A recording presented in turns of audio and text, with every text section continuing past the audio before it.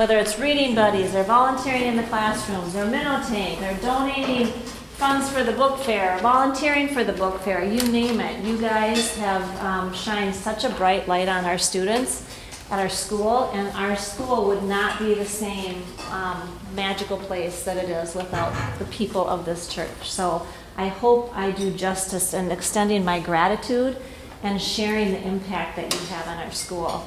Tonight I am going to talk, yes, about the Minnow Tank Effect Scholarship, and I'm going to give you the foundation as to why we started this, or why this was started, and the whole Minnow Tank project was started, and it has everything to do with generational poverty and the opportunity gap, and the cycles that these kids are born into. And I'm also going to talk about how we can all be part of breaking those cycles, and that's what the Minnow Tank and the Minnow Tank Effect Scholarship is all about. I've taught at many schools in my career, and I don't think I've taught at one school that hasn't had a student or a child that has not been born into an unhealthy cycle, whether it's poverty or addiction or abuse. I don't think there's a school in this country that doesn't have students that fall into these unhealthy cycles. I recently read, probably in the last month, I've read a few times. I saw it on TV, on the news, and I read that they're saying 1 in 5 children suffer from a mental health disorder. I mean, that's a staggering number. You think you walk into a classroom of 20 kids, and there's likely 4 that are struggling with mental health disorders. I became very interested in learning more about the generational poverty. About 15 years ago, I was working, and I worked with a group of really at-risk kids. I just started in a new position, and I was teaching a media class, and I had a group of second graders, the same second grade class, every 3 days. And this little girl, this class was started at 10 o'clock, and every day that I had her, she'd sit down so sweet and listen to the story, but by the time the story was over, her body was just so dysregulated. She could not focus. And I did everything I could to try to keep her engaged and motivate her. And as I started to dig deeper into her situation, I learned that her meal the night before was often those ketchup packets from McDonald's. And so that was her dinner, and this is in White Bear Lake.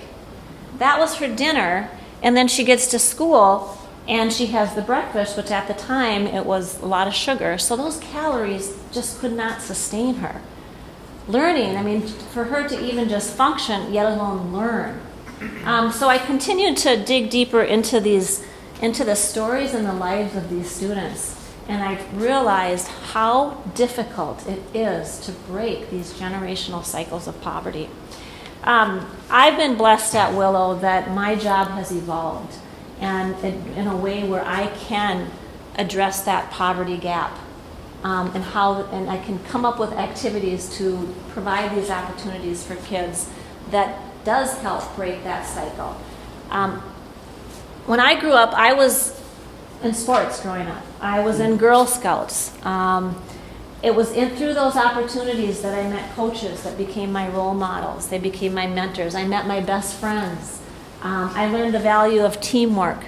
I learned how to set goals. I learned the lessons that went along with winning and losing. Those were all opportunities that I had that helped shape me, who I became. There are millions of children in this world that don't have those opportunities. And you think of all of you probably had similar opportunities, or your kids have opportunities growing up. And many of our students don't have those opportunities. And so that's what this is really all about, why these programs have been started. Through continued research, I learned that there are 3 main factors in breaking the cycle of generational poverty, and I'm just going to go through this PowerPoint. And these are the 3 main factors: empowering versus enabling, mentors, and addressing the opportunity gap. So I'm going to talk about those 3 things briefly, and then we'll get into the programs. So empowering versus enabling. Empowering is sending a message to a child that their presence on this earth matters. We need to not only help children realize their gifts, but how they can use their gifts to make the world a brighter place. That's empowerment. This is one of my favorite sayings from Dr. Martin Luther King Jr. Everybody can be great because everyone can serve. And if we send a message to a child, no matter what their life circumstances are, that they can make a difference in the world, that's empowerment. Several years ago, I did a book study on a book called When Helping Hurts. And the biggest takeaway that I had from that was they had a survey. They asked people, middle class and upper class people, what does poverty mean to you? And the responses were lack of clothing, lack of shelter, lack of food, lack of basic living needs. And so those folks that thought that's what poverty was, so they gave the folks in poverty what they thought they needed. But then they asked the people who were living in poverty, what does poverty mean to you? And their responses were depression, hopelessness, anxiety, fear, sadness. And you think of kids growing up in homes where the families or the parents are experiencing those emotions. And I'm going to give you another example of, I'm going to give you an example of empowerment versus enabling, and it has everything to do with what you guys have started. So the book fair. I want you to know that those funds for the book fair, we don't just use those funds and the kids come and get a free book. We use those funds to create empowering opportunities, learning opportunities. So we don't just say, here's a book, go enjoy it. We take that and we go deeper with the kids. Behind this book, behind this donation is a person that has a superpower of kindness. You also, we tell the kids, have that superpower. Think of how you feel. You're the recipient of a kind act. Now, how are you going to use your gifts to pay this forward and present somebody with a kind act? So we are very intentional in teaching these skills. We also teach the power of gratitude. So when you donate these books, kids, we want kids to really feel what that feels like and understand that, God, we got to show these angels out there the power of gratitude. Their research says that there's two factors that the happiest, and I would argue the healthiest people share, and that's gratitude and service to others. And these are skills that can be intentionally taught. So again, through these donations that we get from the community, we're going to use those donations, as I said, to create empowering opportunities and teach the power of service and gratitude. Mentors, another huge factor in breaking the cycle of poverty. If you have just one adult that says that they believe in you and supports you, that could change the life of a child. It just takes one person to help you realize your gifts and help you celebrate and use those gifts. And we have that in our reading buddies. Many of you are reading buddies. You come to Willow every day and you help the kids realize their gifts and how to use their gifts. Our Minnow Tank coaches, you are the mentors that some of these kids would not have. So all of these relationships that the kids are getting make such a huge difference. After the pandemic, not long after COVID, loneliness was declared an epidemic. They said it was just as harmful as smoking 15 cigarettes a day. And our young people were the demographic that was most impacted. Connection is the antidote to these mental health struggles, to the loneliness, and that's what mentors. You're helping connect with kids. I'm going to show you a quick video, and we're going to revisit this video a couple times. We're going to look at it at two different angles, but this one just, whoopsie. Yep. Will help. Oh, I have to just do this. Yep. One that's always stuck out to me, though, was when I was about 10 years old, and I was in school, and I struggled. And I didn't struggle with English, math, or science. I struggled holding still. And I would try to listen, focus, and process ideas, but I couldn't help myself. And to be honest, I would sit there, and then I would just start tapping, and the students in the class would look at me, and they'd say, "Hey, stop tapping." A lot of the time, I didn't even realize I was doing it. And then eventually even the teachers got after me and they would yell at me and they'd say, "Clint, you have to stop tapping." It got so bad that I got sent to the principal's office for tapping. And he said to me, "Okay, maybe when you go back to class, just try sitting on your hands." So I did. I went back to class, and when I felt myself starting to tap, I did this. I sat on my hands. And that worked for about 5 seconds. Yeah. One time I was napping in class, and my teacher, Mr. Jensen, he looked at me and he yelled. And he said, "Clint, stay after class." And I thought to myself, this is it. I am done. Now, I've always been the type of person that believes that a single moment in time can change a person's life. And this was one of those moments for me that I will never forget it. And so I was sitting there with Mr. Jensen and an empty classroom. And he walked past me and he sat next to his desk and he said, "Clint, come here. I want to talk to you." And as he looked me right in the eye, he said, "No, I need you to know something. You're not in trouble. But I do have just one question that I have to ask you." And he asked, he said, "Have you ever thought about playing the drums?" And in that moment, Mr. Jensen, he leaned back and he opened the top drawer of his desk. And he reached in and he pulled out my very first pair of drumsticks. And he held them in his hands and he looked at me and he said, "Hey, Clint, you're not a problem. I think you're a drummer."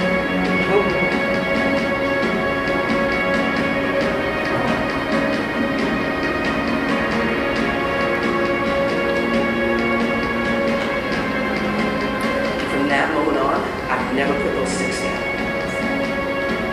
I've toured, recorded, played drums all over the world. My whole college education was paid for with drumsticks in my hand. Just because of a single moment in time when somebody believed in me and he saw something in me that I didn't even see within myself. And from that moment, I learned that there's a difference between being the best in the world and being the best for the world.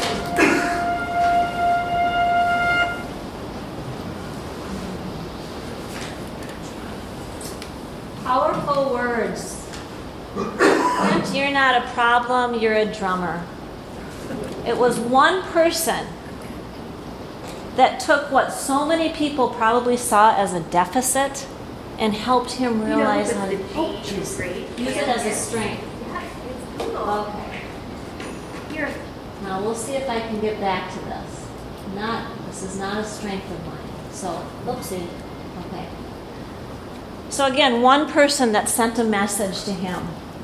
These are your gifts. I believe in you, and it changed his life.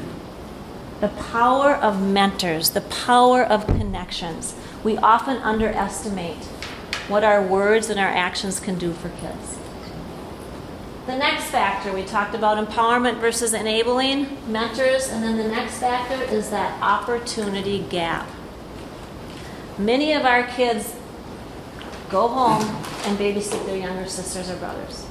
They don't have the opportunities that many of us experience of being on teams, of being in Girl Scouts or Boy Scouts, those opportunities that helped shape us.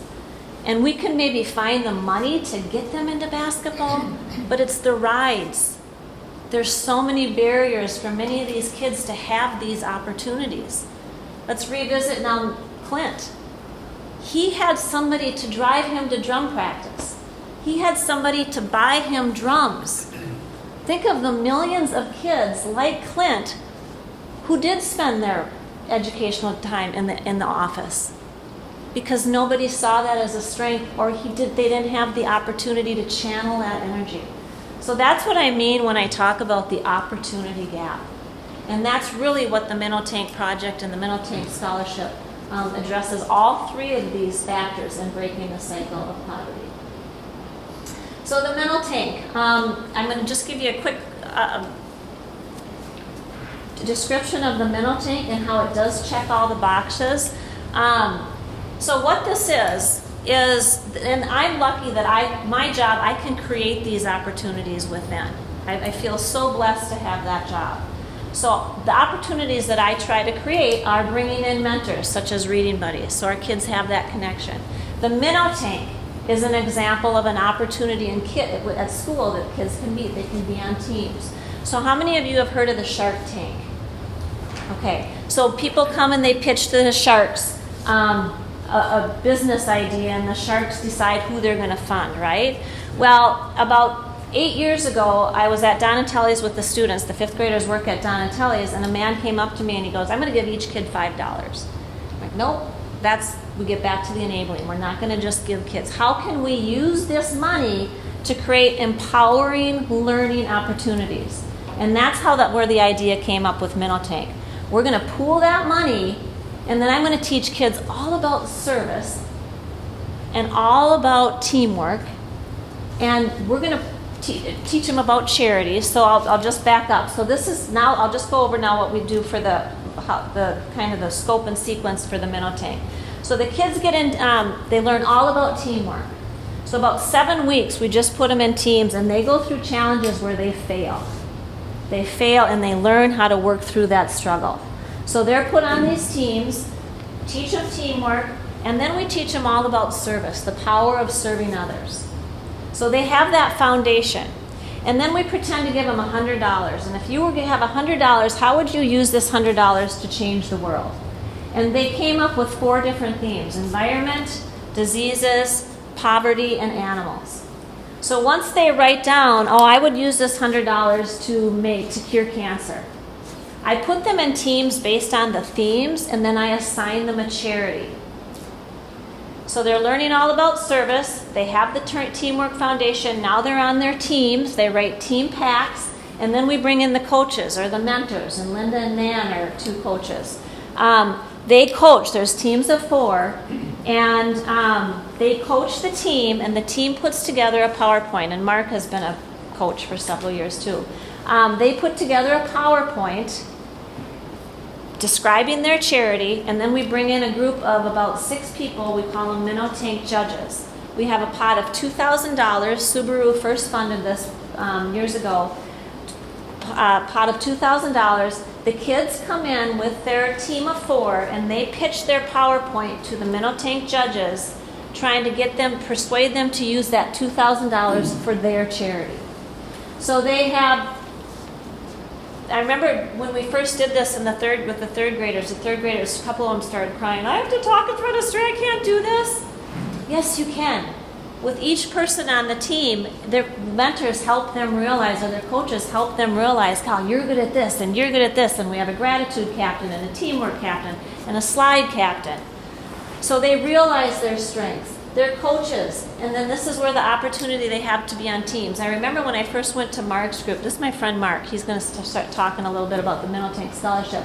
But I remember when I first talked to Mark's group talking about the Minnow Tank idea, I needed money for the pot of money, and I also needed coaches.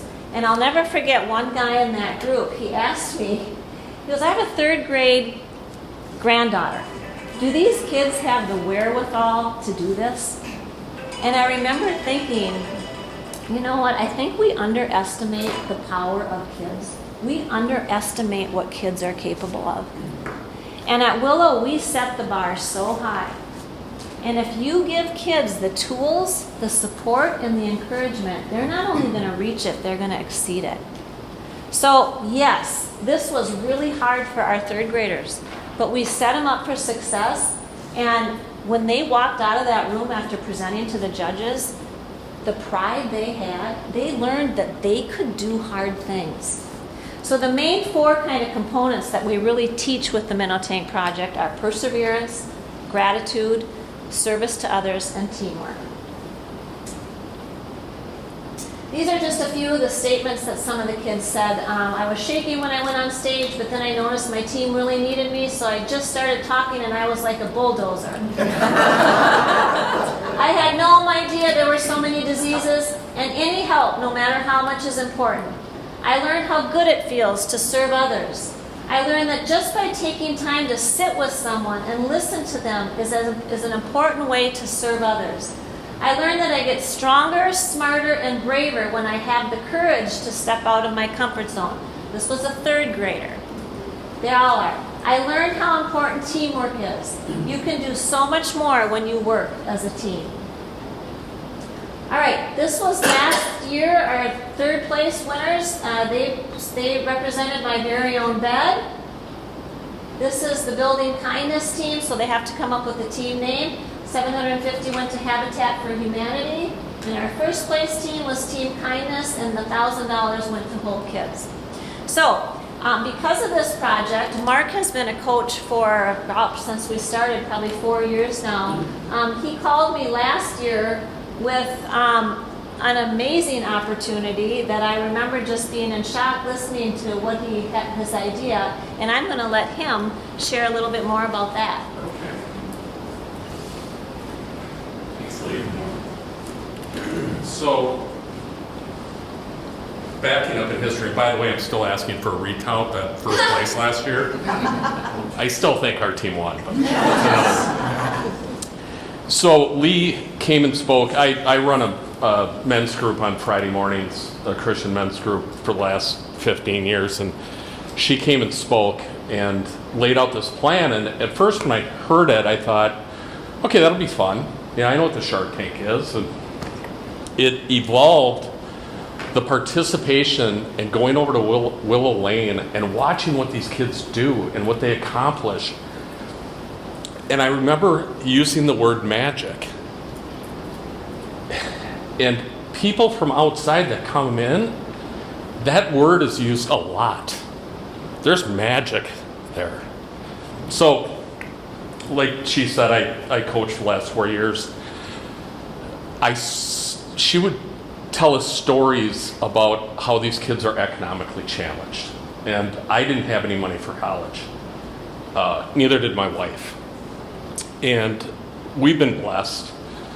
So I called Leigh and said, you know, what if we started giving scholarships now and giving these kids hope?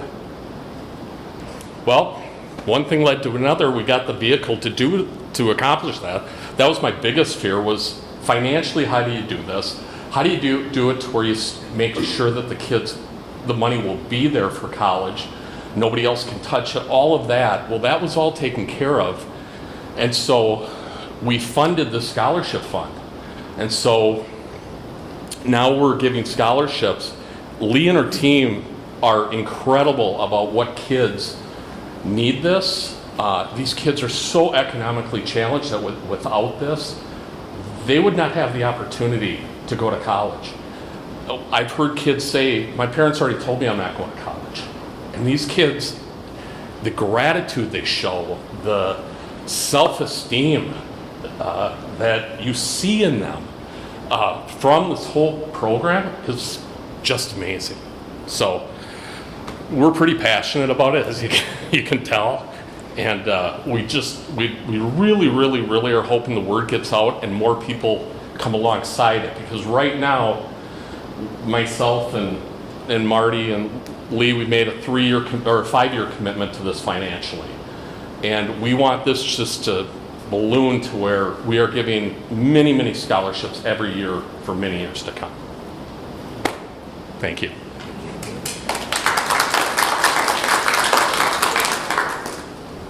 Yeah, the ripple effect. I remember getting that call and just the passion that he has in helping these kids is truly tremendous, and it's going to change lives. There is no question it's going to change lives. And so yes, now we have the funds to support a few kids, but then we're thinking, God, we're going to send them off to the wolves now in 6th and 7th grade and then high school. So we laid out a plan where we're going to also put a security blanket around them. So the kids that were chosen, and I'll show you a picture of our first 3 recipients, we are going to assign them a mentor, and they will meet with that mentor and then for once a month for the next 7 years until they graduate. They also, they're going to meet with Marty, Mark, and myself once every 3 months. That's just accountability. How are you demonstrating perseverance? How are you serving others? How are you on a team? And how are you showing gratitude? Just so those character traits are on the forefront. That's why we chose these 3 kids in the first place, because they are rock stars in demonstrating these 4 character traits. And then also I called Mariner and I said, you have 3 kids coming to you with unbelievable gifts that could easily fly under the radar. So they know who won. They brought them into the office. All the teachers know. And I said, how are you going to empower them in these gifts? Because they're very quiet and shy, but they can move mountains. So now the school knows, and they're going to help nurture those strengths in these kids as well. So I'd like to introduce you to our first three. The Minnow Tank Scholarship also checks all the boxes. It's empowering kids in their strength, our recipients. They are going to be assigned a mentor, and then you talk about the opportunity gap. We so far have about $7,000 for each kid right now, so that'll grow obviously, with interest by the time they graduate. But our goal is to provide full scholarships for these three kids, and then also expand it so other kids can be impacted. And again, these kids are chosen based on perseverance, teamwork, service to others, and gratitude. And the 5th grade teachers, the 4th grade teachers, and a couple other people, myself, we vote. It's not easy. It is not easy because so many of these kids deserve it. Meet Holly. She was our first winner. Just the sweetest little thing. And one thing we recognized about Holly is there's a lot of drama in 5th grade, and she tried to coach people on not to be part of it. She had to find a whole new friend group. I mean, just the maturity in this young lady and the ability and the potential in this young lady, she's going to do amazing things. And this is Avery. Avery is Farrah's little sister. Linda's reading buddy was Farrah, which was Avery's older sister. Yeah. She was a Minnow Tank coach. But another just absolute rock star, quiet, who could fly under the radar, but the kindness in her heart, and if she would be the first one to go to any child that was left out or hurting. She just is an amazing young lady. And then Dylan. The story I love about Dylan is every year he'd come on his first day and he'd cry. He was so scared at school. And then 5th grade he didn't. But it was at the Reading Buddy gathering, and the 5th graders publicly share their thank you letter in front of everybody. And Dylan, he owned that microphone. I mean, he didn't even look. I mean, the way he spoke, I could not believe how much growth and how confident he was. But yet, just another one of the kindest young men I've ever met. So these are our three recipients. So as I said, I don't have mentors for them yet. I'm working with Tammy. We're hoping to connect with Century College. I want mentors to represent their ethnicity.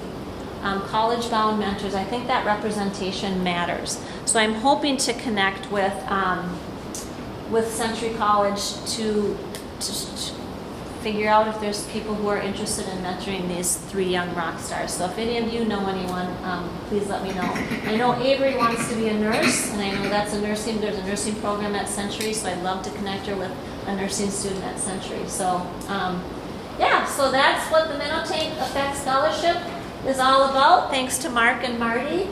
And again, these programs would not be possible without this church. I hope you realize how much you impact the students, and you are part of breaking that cycle. You empower our students, even if it's a donation for the book fair. Again, we use that donation to provide those empowering opportunities. You are part of the mentors. You do so much for our students, and I cannot thank this congregation enough. So thank you for inviting me here. Does anyone have any questions? Yes? Leigh, what happens if one of your chosen students moves out? That's a great question, and I love hard questions because this is new, and this is not, there's no model we're following. But we want to proactively think all that through.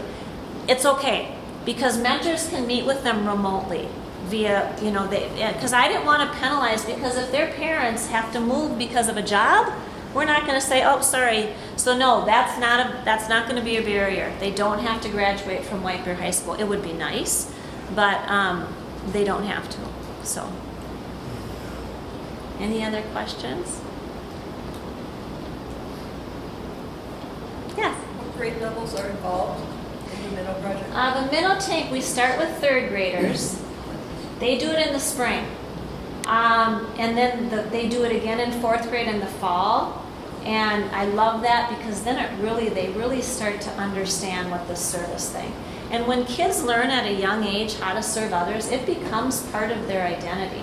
So these 4th graders have a really strong understanding of what this is all about.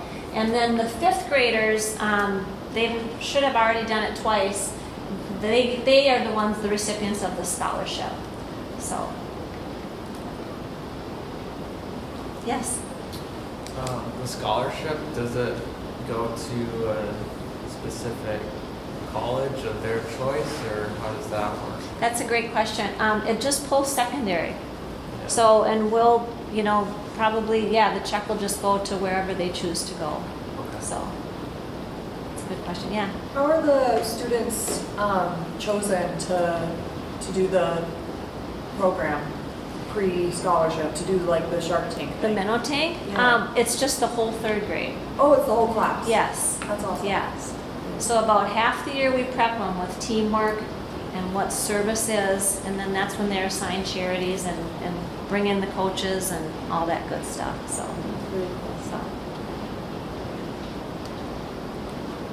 anyone else? You just want to get home for the bikes, don't you? Are No. there funding goals that you have I'm- in mind? Are there funding goals that you have in Funding mind? goals, yes, another great question. It would be great for these three to get full scholarships, and then we can provide more students too. And like Mark says, if we get the word out, other schools, this could be an opportunity for other schools, and just get as many kids involved as possible, not only for the money but for the mentors, and that empowering piece. The other thing is there is a student that is also going to get a scholarship under this program. He wasn't one of the winners, but this kid, the potential in this kid is unbelievable. And his life circumstances are not easy. So he's also in that same pool of money. So.